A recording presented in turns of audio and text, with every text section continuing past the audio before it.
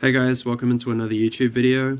Currently mining Vertcoin on two 6700 XTs. We have an average power draw at the wall of 164 watts. And this is the whole rig here. And I'll jump into the software side and show you what we're getting.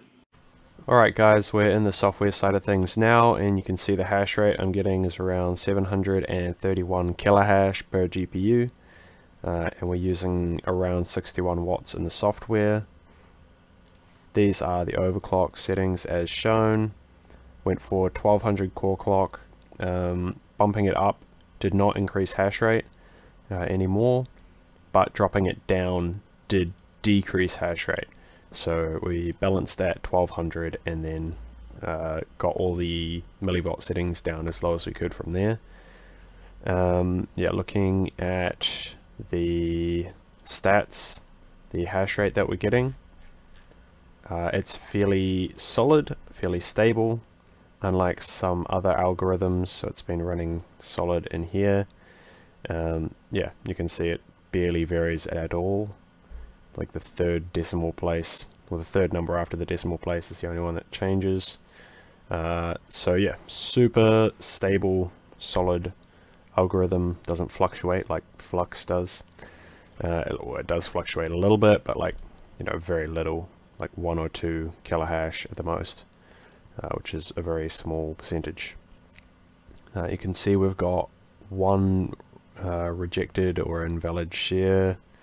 Looks like one rejected and one invalid, but as a percentage that's not yet concerning, given that we haven't been mining this for very long, and generally it takes a little bit for GPUs to settle into stability, so you might get more invalid shares when you first boot than after running for a few hours.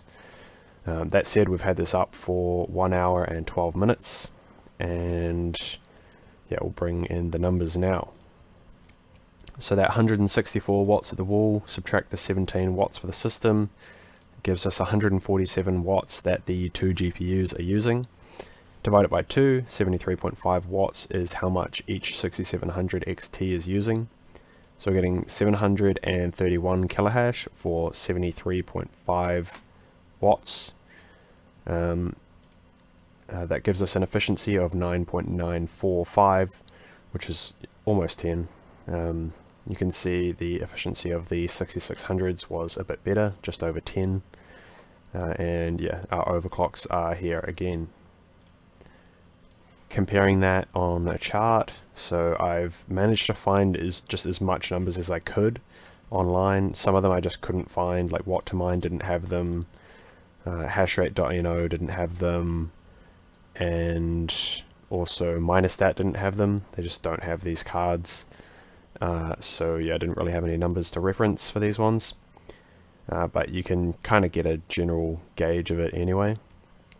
You can see we're about 10 kilohash per watt up in the 6600, and we're almost there at 9.945 kilohash per watt on the 6700 XT. So we're not quite as efficient as the 6600, but we are more efficient than all of the 3000 series GPUs.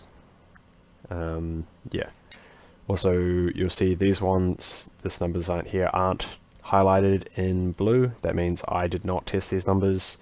I imagine that the 6600 XT could get much more efficient than that.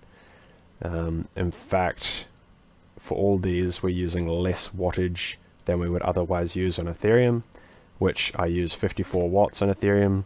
So you can say, like pretty much for certain, that I would be able to get that closer to that wattage, probably even below, realistically. But that is still just a guesstimate. That's why I haven't got it highlighted in blue, so I can't fully trust that number. Same with all these numbers, they're just taken from sites online and could be like various degrees of inaccuracy. That said, I can show you Minerstats stats for this. So remember, we were at 9.94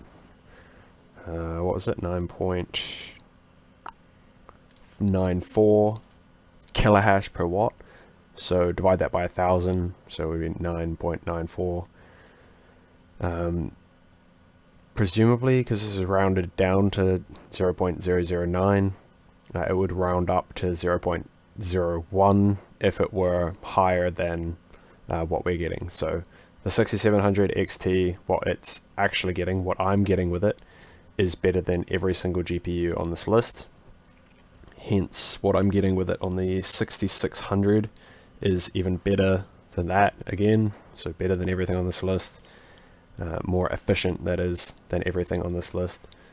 So yeah, we've got some pretty good efficiency on Vertcoin on the 6700 XT. And yeah, once again, these are the overclock settings that I use to get that, so you can copy these settings if you like. Remember, they might not be stable, and you may have to increase the millivolt settings. There's 4 of them: SoC, VDD max, memory voltage, memory controller voltage, and core voltage. So yeah, just increase those if it's not stable. And yeah, that's pretty much all I've got for this video, so leave a like, comment, and subscribe if this video helped you out in any way, and have a great day. See ya.